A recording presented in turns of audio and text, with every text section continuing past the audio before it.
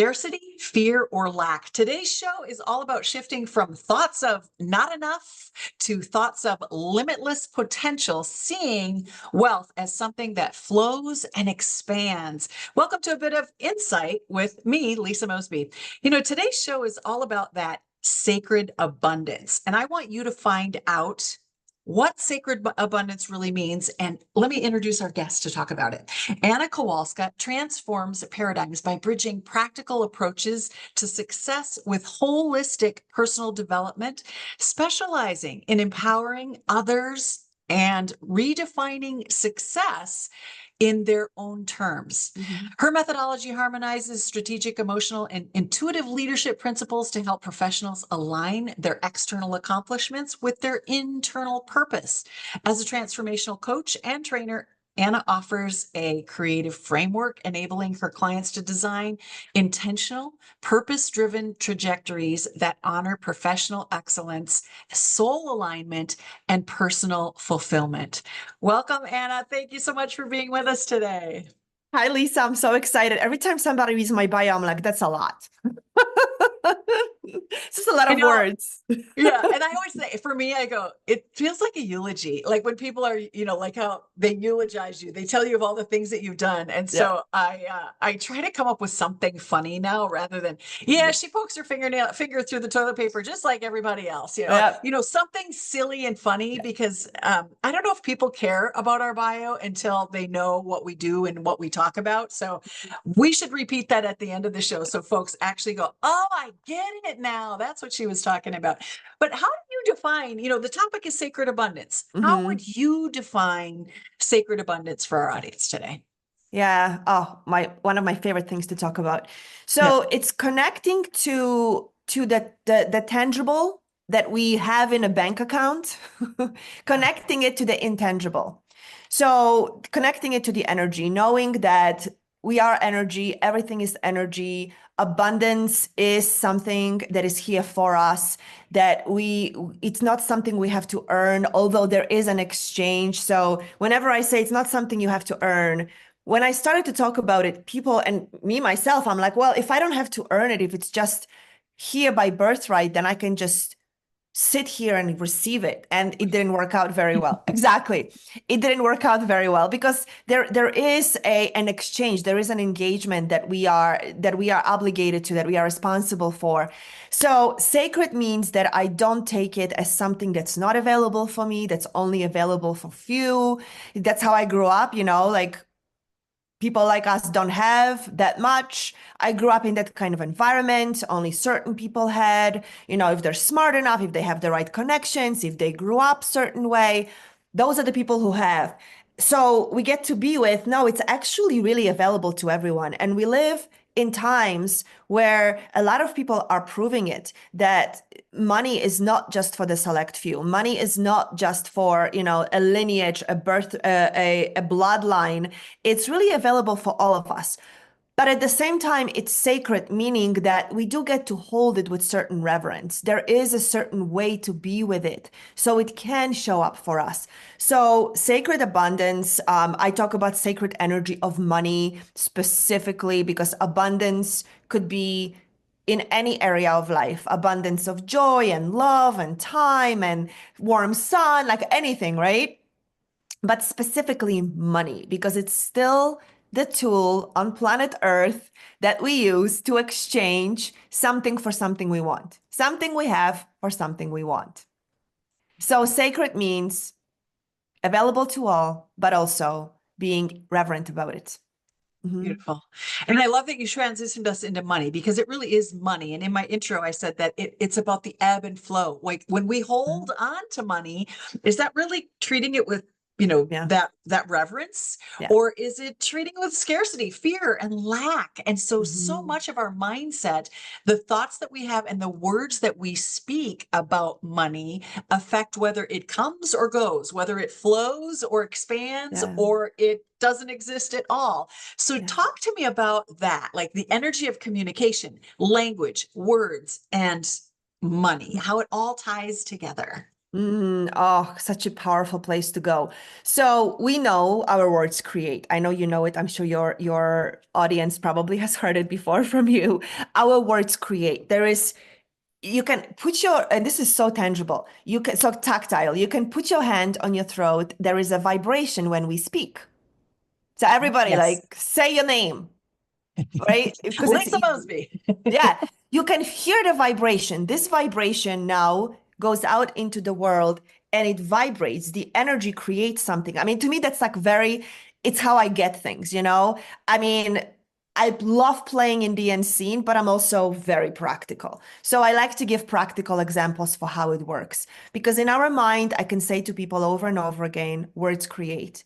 But when I do this exercise and I say, put your hand on your throat and say something, say your name, it's a vibration that now has everything is energy. There is no empty space. So now the energy of the words makes the little particles vibrate in a certain way. So if I say, I don't have enough, or I'm broke, or I don't have, or whatever else we say that indicates scarcity.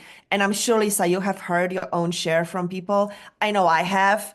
Yeah, and myself, absolutely. I mean, why do I do this work? Because I grew up in an environment that taught me a lot of scarcity. That's all I knew.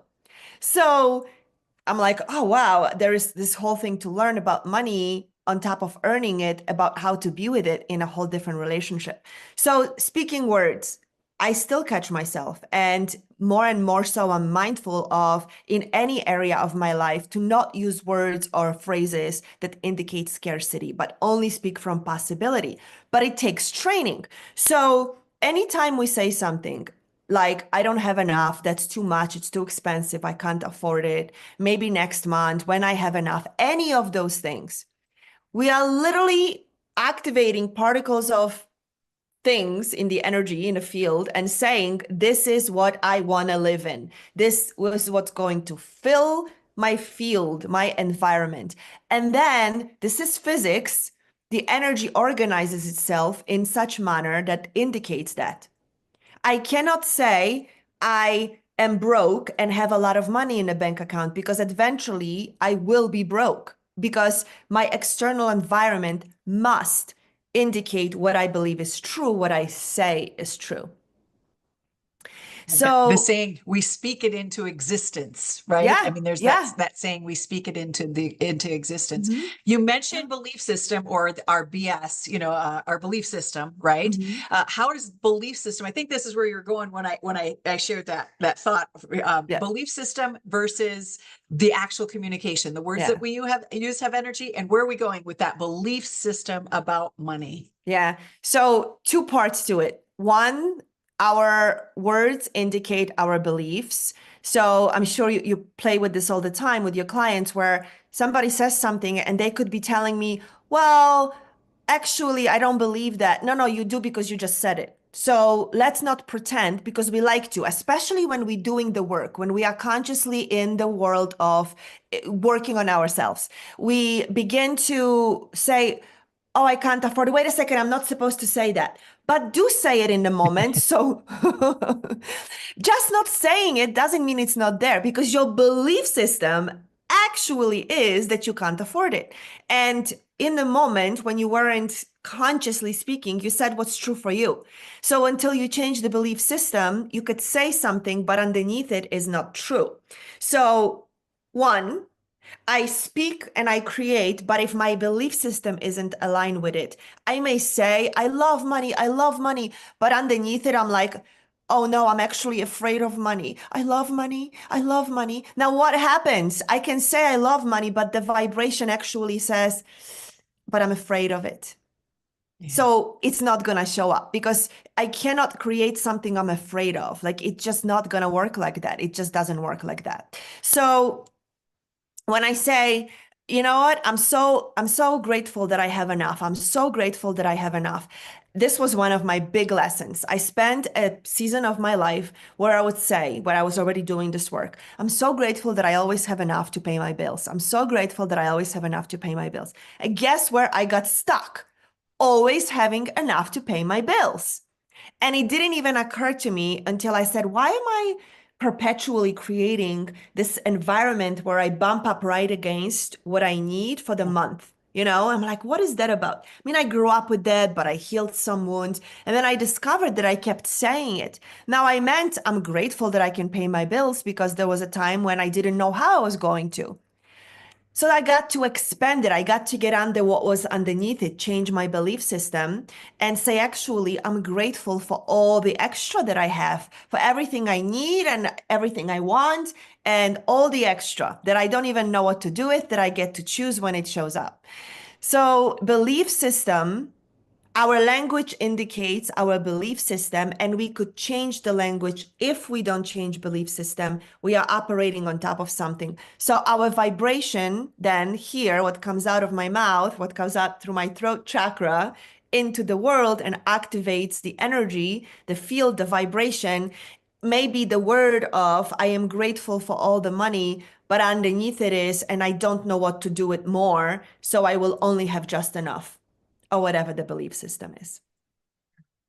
So it's not just Yeah. our belief system, it's our limiting beliefs that Yeah. control whether or not we have abundance or lack in our life. So how do we address limiting belief systems? The other thing that you mentioned was gratitude, or gratitude and appreciation, Yeah. acknowledging and appreciating what we already have in order to attract more. If we hide it away, if we don't acknowledge it, if we're not grateful for it, I think those energetically also affect whether or not we can bring that money in. So what Mhm. are the steps that move us through the limiting beliefs that actually Yeah. reframe our belief system and can help us Mhm. to start looking at our relationship with money differently? Yeah, great. So I'll give you the steps, but I'm also going to put a caveat into it. Yeah. There really is an individual journey. Mhm. So I will give you the steps because they work. And people will say, well, I did the steps and it didn't work. Well, for you, there might be a nuance to it. There might be something that's holding it in place. So I'm going to give everyone a steps. But if steps worked for everyone, we would no longer have people complaining about money or not having enough. We just wouldn't, because they would just take the steps. So, steps. First of all, get a coach, because it's really difficult to do it on your own. We cover it up. I mean, we created limiting beliefs, right? So, through the lens of transformation, something occurs in our life that is traumatic. And traumatic could be anything from true abusive situation, like that we determine is abusive situation, to somebody looking at us funny at the moment when we were most susceptible. And we decided something about ourselves or the world or other people. In that moment, we created a limiting belief. It's limiting because it keeps us in a certain box. So even when I say limiting belief, it's just not open for potential. It just says, like me, at some point in my life, I heard my mom say, people like us don't have that kind of money. It was very innocent in the moment, but I was in the stage of my life where my beliefs were being formed. And I heard that and I decided, if I want to be part of my tribe, I could never have certain amount of money, whatever that means. And a limiting belief was formed because the limit said either I am part of my tribe, my family, my community, and that means I only make so much money, I only have so much money. And if I want to have more money, I will no longer be part of my family, my tribe.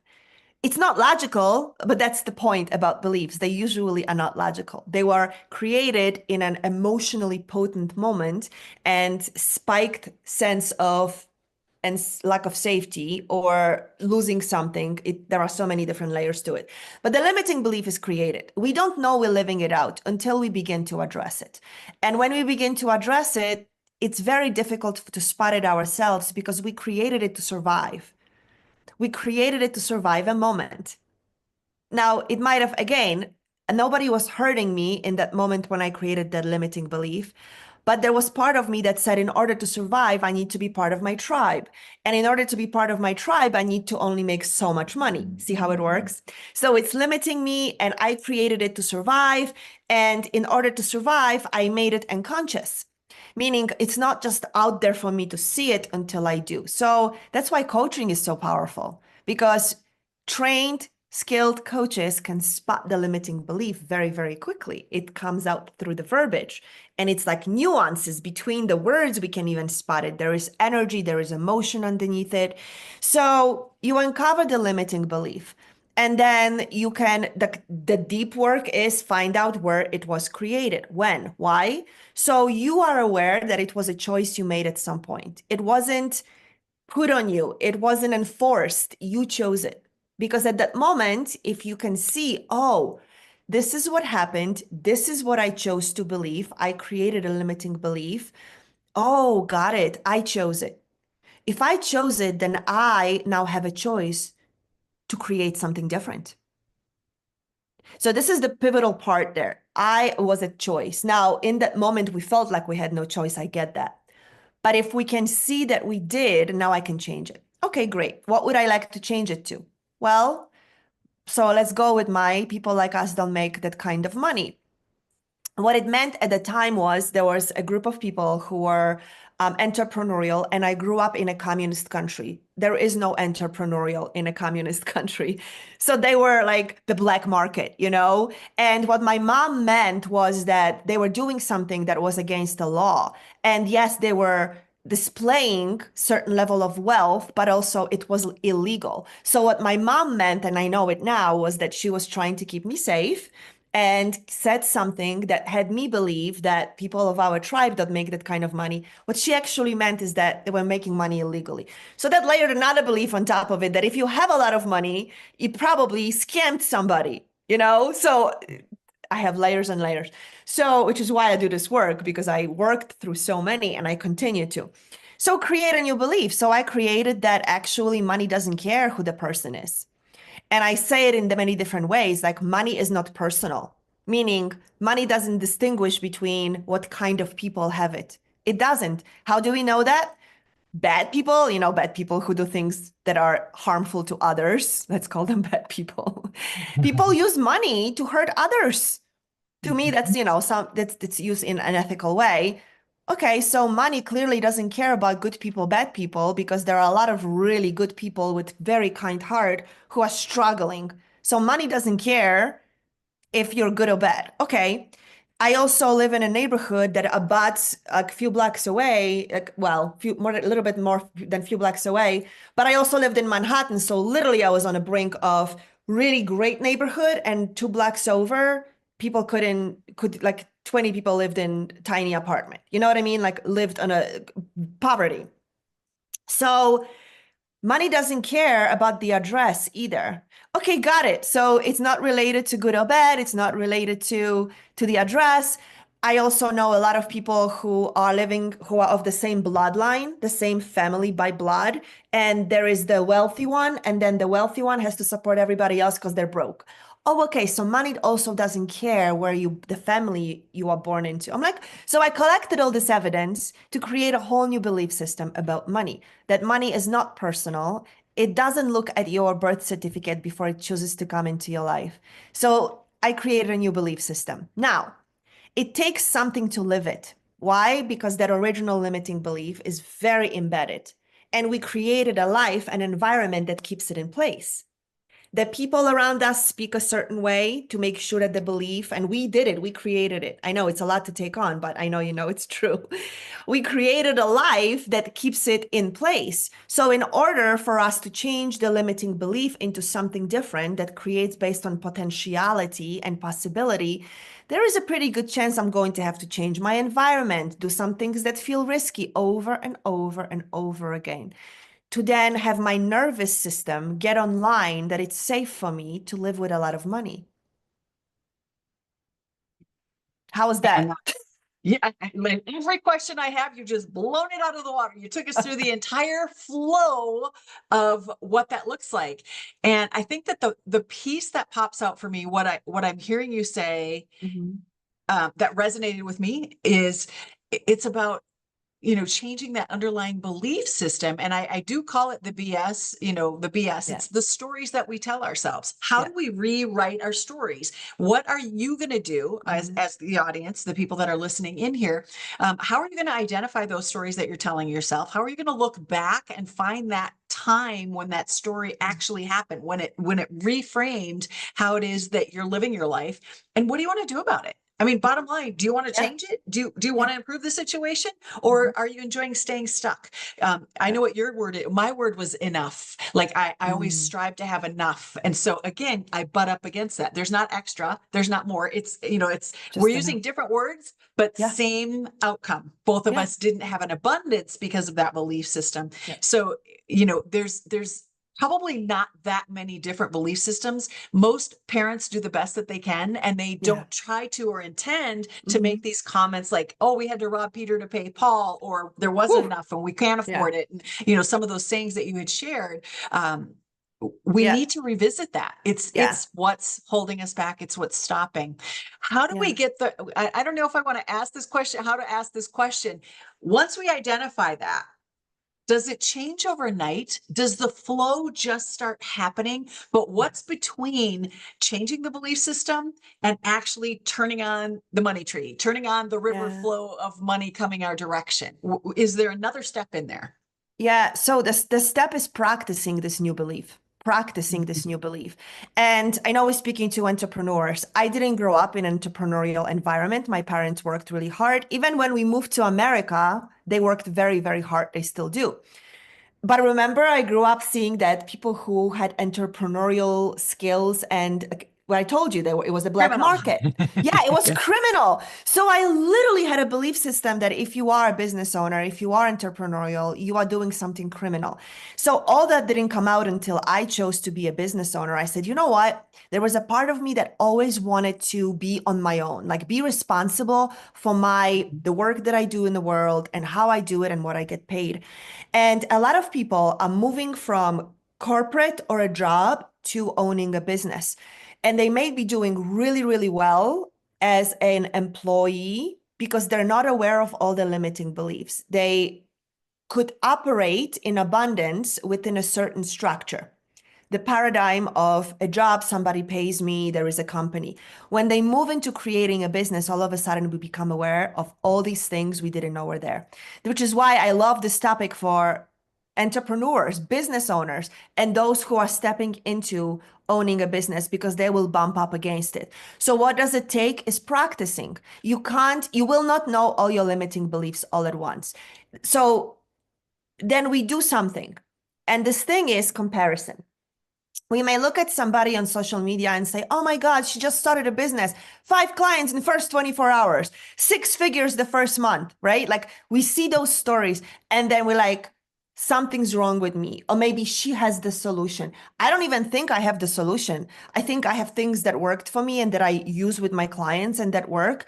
But there isn't one size fits all when it comes to beliefs. There is energetics, there is emotion. So there are all these layers that come into play. And then there is how much am I willing to really give up that limiting belief by practicing this new limiting belief, this new, not limiting belief, this new belief that I'm, the limitless belief that I'm implementing. How much am I really willing to say, this is what's true for me, and I'm going to take action that reflects that? So some people will quit their corporate job as the manifestation of, I believe that I am taking action to dismantle this belief.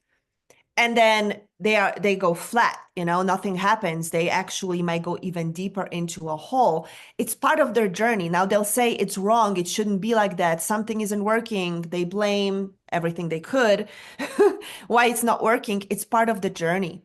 Like you haven't dug deep enough under the limiting beliefs and taken the kind of action that will have you consistently show up with money a certain way.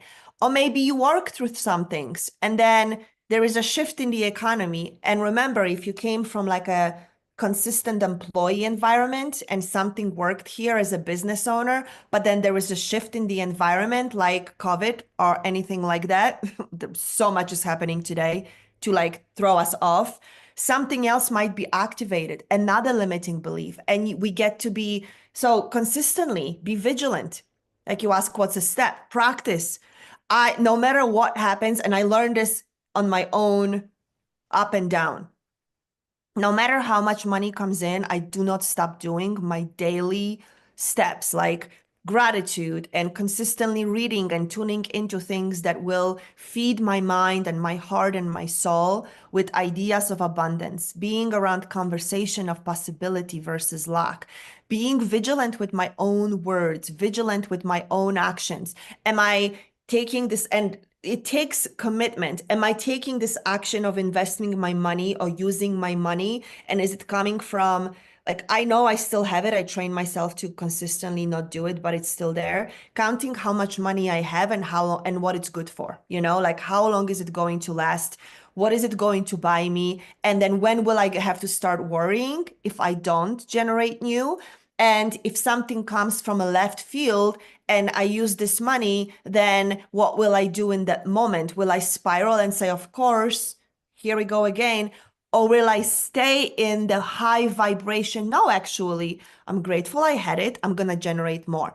So see how many different things that like I just gave you all these examples because these are pitfalls for new entrepreneurs who think that it's just going to be, oh, it's just going to work because I made this money. I want to replace my corporate income. One of the biggest lies to me, because people think that if they replace the corporate income, then it's going to guarantee something. It's not.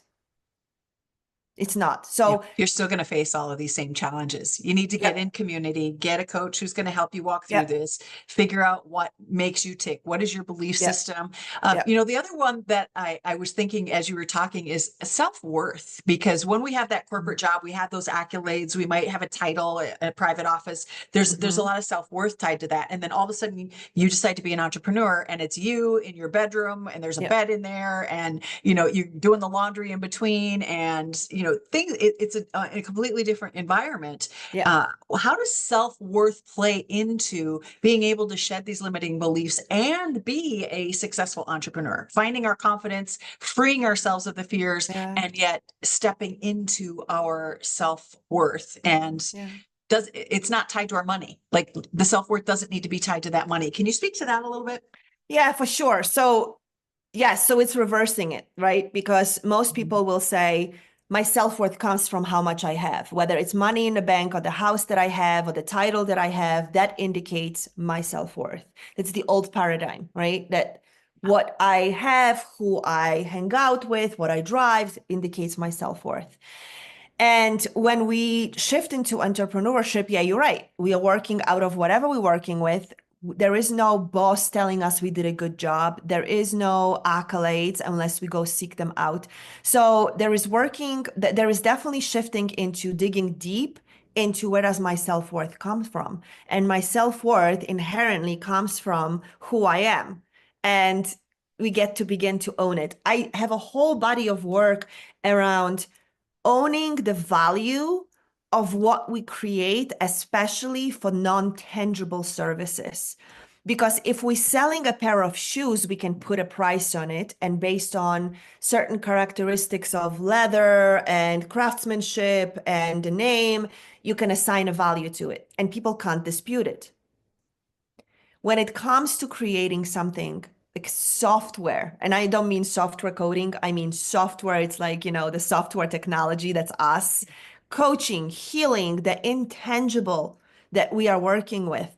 This is where people get tripped up the most. Because even if you are a consultant in a corporate environment, you can put together and package and say, this is what I'll do.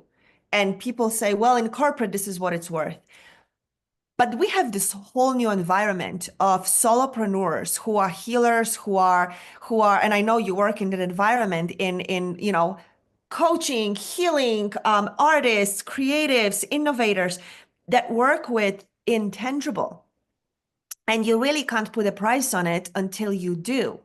So a lot of people will say, I'm not worth it of that price tag, and getting mixed up their own self-worth with the work that they are creating out in the world and putting it out and then requesting to get paid for it. So I'm going to skip over a lot of different things over there and just go straight to what I teach is there is a life force flowing through us.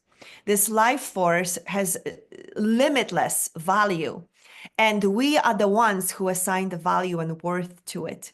The level to which I claim my worth is the level to which the work that I put out into the world, this life force that flows through me, then I say it's valued at this much because I know the worth of this vessel. It's like many different layers, but hopefully it lands for people. I am the only one who truly can determine the value of the work that I am doing because the life force is limitless. That's why some people can charge million for a 1 year package of coaching, and some people have a hard time charging $100 an hour for a phone call a week. Huge discrepancy. Why? Well, they haven't owned it yet, that actually what they're creating has a tremendous value, and there is a level of skill and learning. I'm not undermining all of that. What happens when we move into entrepreneurship, if we were not at any point this in the environment that taught us that, another layer of it that gets in the way is when you got paid a paycheck, there was an organization that gave you a check or deposited money into your bank account. You are completely disconnected from a human being that at some point made money for this company so the company could pay you. It's dehumanized.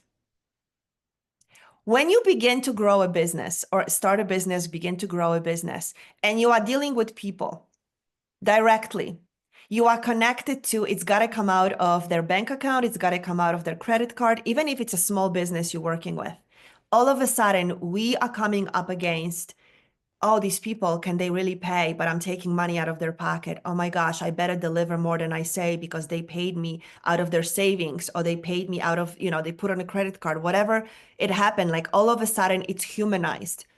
And all of the stories that we might have never had in the job will come up about lack and limitation. And then they become mirrors for us. And if there is any part of us that doesn't feel like we have enough for something like that, then we cannot, in a clean space, receive for that service. Whew, I just packed a lot there, didn't I?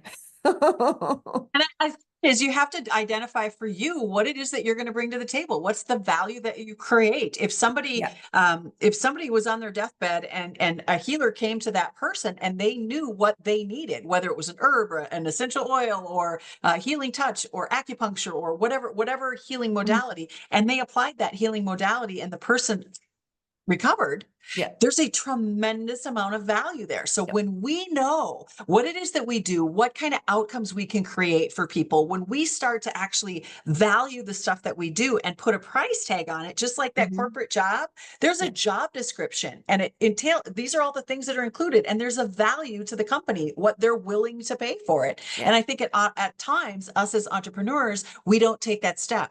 We don't decide and decipher what exactly it is our outcomes are. What problems do Mhm. we solve? And what is the person on the other Mhm. end, what do they receive from that? And those Yeah. folks that have received value from you will tell you what that was worth to them. Some of them may even say it's priceless and you won't be able Yeah. to figure out how to put a price Yeah. tag on it. So, but you have to take that step. And when Yeah. we try to arbitrarily pull it out of our heads or PFA, pluck from the air, it doesn't work because it's not in alignment with who we are and what it is that we're offering. Yeah. And that's what a self-worth gets in a way too, right? Because if I don't feel worthy, then I project it onto other people through my work, where clearly my work isn't worthy. They shouldn't be paying that much. It's not worth that much. So this is where the self-worth, because that's where we started. This is where the Yeah. self-worth starts getting wonky, and it takes work. And again, vigilance. We were not trained to value ourselves unless we were lucky to grow up in a certain environment and had examples of people who humbly valued themselves, because that's important too. Like some people know how to value themselves, but they do it in a way that is arrogant, and that doesn't work either, especially in this new environment we are creating. Being Yeah. humble while also owning what we create and the value of it, that's going to be the frequency that we are creating, and that's going to be the new level to which we want to aspire. I am humble, yet I know the value and the worth of what I create. And a lot of times, skill And knowledge is very important, but it's actually the care, which is the life force. It's the energy that I infuse it with. It's the amount of care. It's the diligence. It's the devotion to my work. It's how I care for myself. I mean, it goes all the way back there. If I don't It care for does. myself well enough, then I'm not a worthy vessel. Then anything that flows through me is just to, just to check the box. Then it's not going to be congruent with then receiving money in a certain way that we would like to, that we actually need in order to live a life to a certain standard so we can then serve. So it's a journey and it's such a big topic.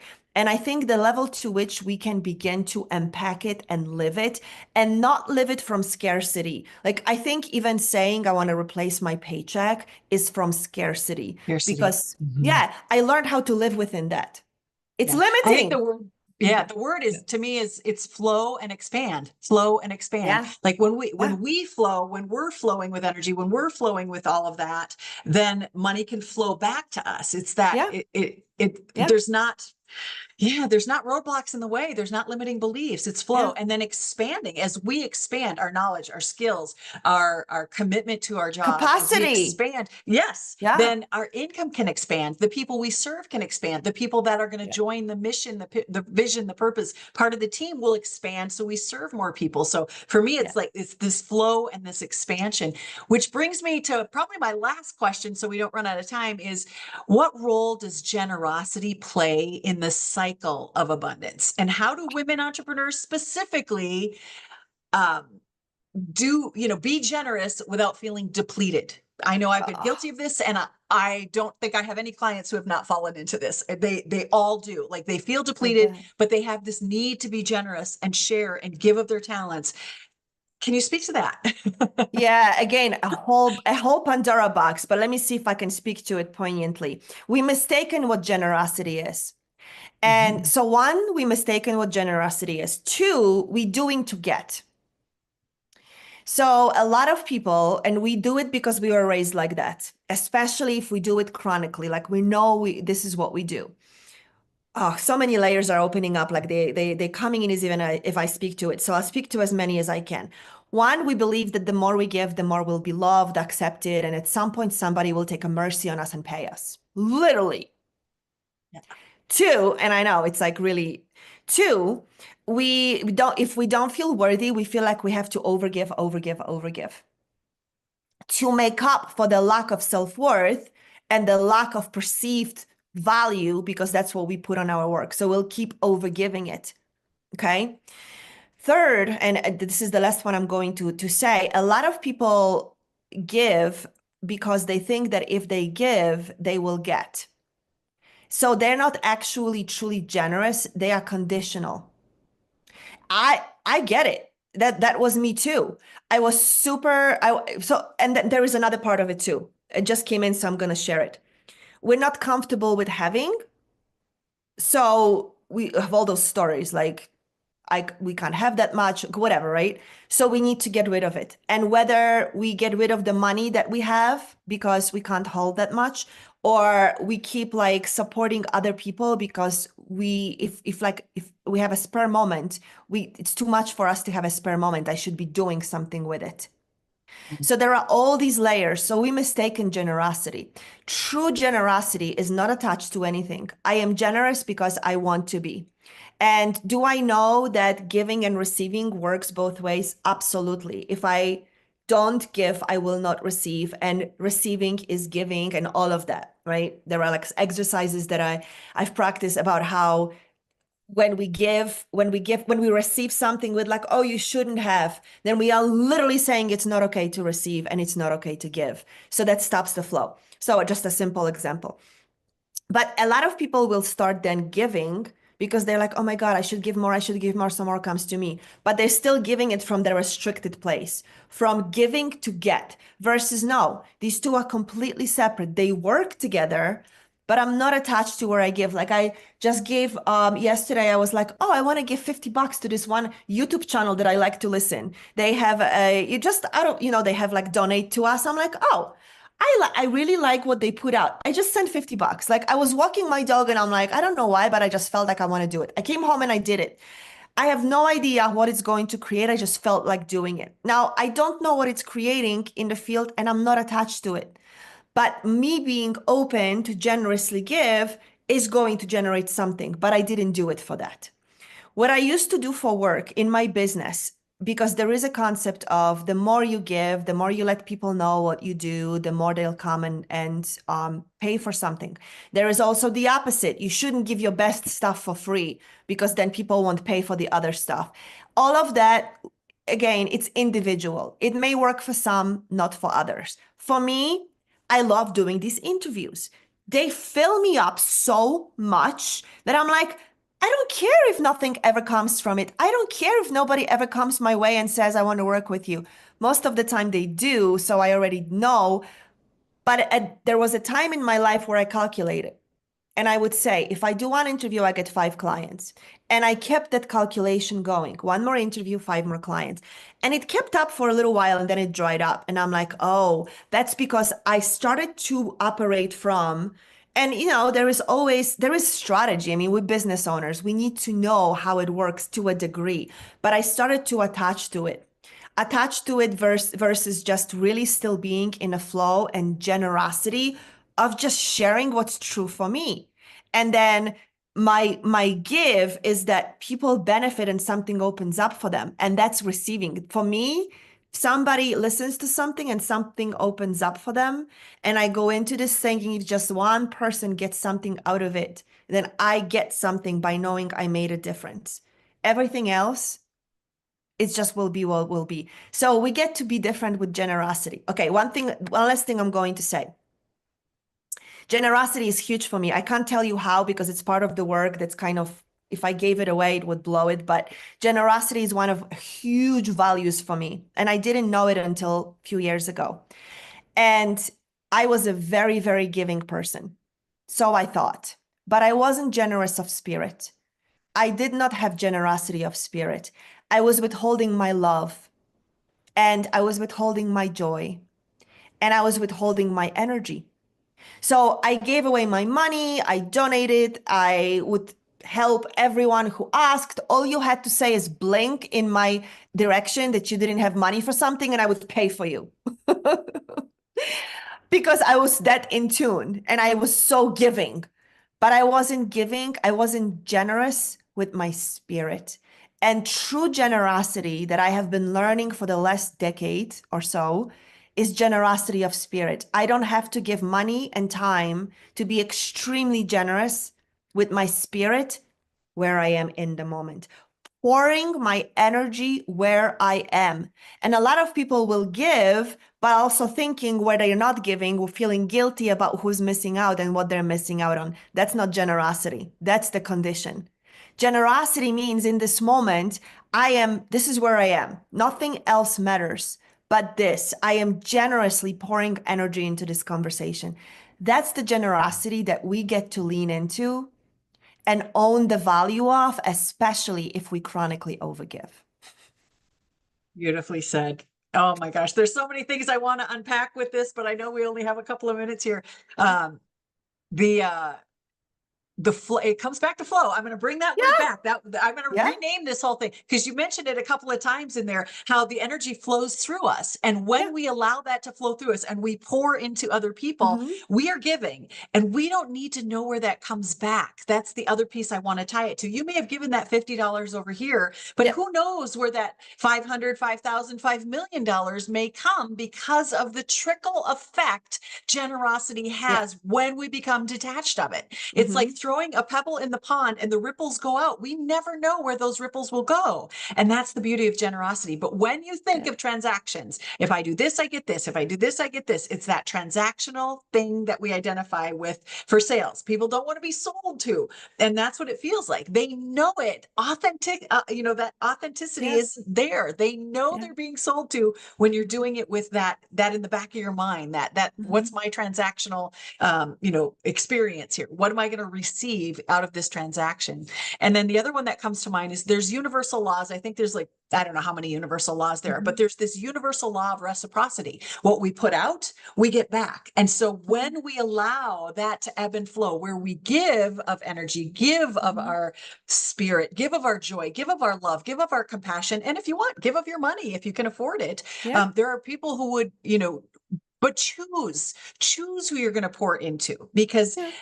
let them pour. I mean, you don't have to, but for me, Oh yeah, I'm choose choosing it. to pour. Yes. I'm choosing to Yeah. pour into women internationally around the world to encourage them to be financially independent, to find a way to have a side gig, to have your own income. Don't wake up like I did at 50 some years old and not have a way to take care of yourself. It just doesn't work. So Yeah. I I don't get paid to do podcasts. I'm doing like 11 podcasts this week to try to pre-record for, Yeah. next month while I'm gone. And it's consuming all my time. Like I moved all paying clients away so that I can do this because it matters. It's the importance of the work. So Yeah. when you were talking about that generosity and how you can be fully present and pour in, those are some of the things that came up to me. Yeah. Just totally landed on my heart. And I know you are one busy lady, and for me to land you here on my podcast is an honor and a pleasure and a beauty and a gift of generosity to me. And I want to thank you for that and give you the last word. Where can people find you? How do people work with you if they want to work with you? And any final thoughts that you have for the audience? The stage is yours. Yeah, I love it. So really quick, you can find me on socials at Anna the Manifesting Artist, double N, at Anna the Manifesting Artist. I'm on Instagram and on Facebook. You can check out my website, annakowalska.com. There are ways to benefit there. And my final thoughts, I have so many, but the one thing that I've been saying for several years now, and I think it's increasingly more important, is money is here to teach us so much right now, and it's our last frontier. And the more that we are in ownership of our relationship with money, the less we are susceptible to everything else that's going on. There is a way to keep us under control when our money is coming from calculated resources, like a job or a system. And without getting too deeply into politics, I grew up in a communist country, so it's very real for me how money can control. And we all live with that reality to a degree. But I'm a huge stand that right now and going forward, more and more, and especially women, take true ownership of the value they provide for the world, to the world, and create a way to be in relationship with money flow and be responsible for it and say, I am going to, doesn't matter if you start with very little and have big vision, you don't know how you're going to get there, start it. There are so many ways to be supported, so many coaches, so many resources. You alone, Lisa, have so much to offer. So stop selling out to someday, or, I don't know how. Take the steps, be in ownership of you have something here that's unique and important and big, and begin to get paid for it, because it really matters. And that's the energy of the future. Those who are choosing to be responsible for how they be with money, and then how we are going to create our reality going forward by those who are consciously in their heart, the leaders who will make a difference, versus those from the olden days who are still breathing, still perceived as in charge. They're going away, and we don't want to do things that way. There is a new way, and it's going to be up to people like you and me and your listeners. So thank you for having me and allowing me space to share. Beautiful. So join the movement, ladies. If you are on the fence, I hope we've given you enough encouragement to take that step, believe in yourself, get help, and join the movement.